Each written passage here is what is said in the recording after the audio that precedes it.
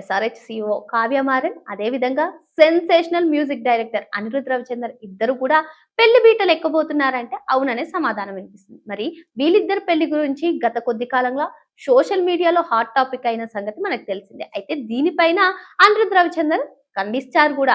అయితే మరి ఇప్పటికీ మళ్ళీ ఏం న్యూస్ వచ్చింది, ఇప్పుడే ఎందుకు వైరల్ అవుతుంది అనుకుంటున్నారా?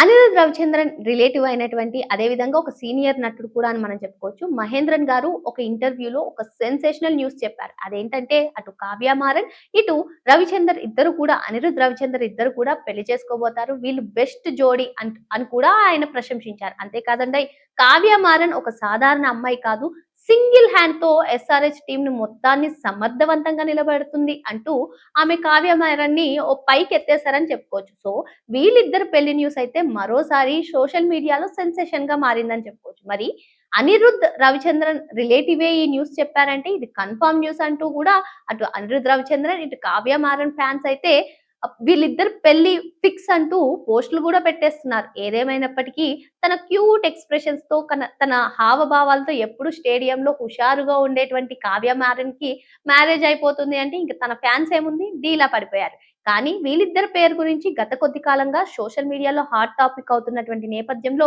ఇప్పుడు అనిరుద్ రవిచంద్రన్ రిలేటివ్ మహేంద్రన్ గారు ఈ న్యూస్ చెప్పడంతో కొందరైతే హ్యాపీగా ఫీల్ అవుతున్నారు.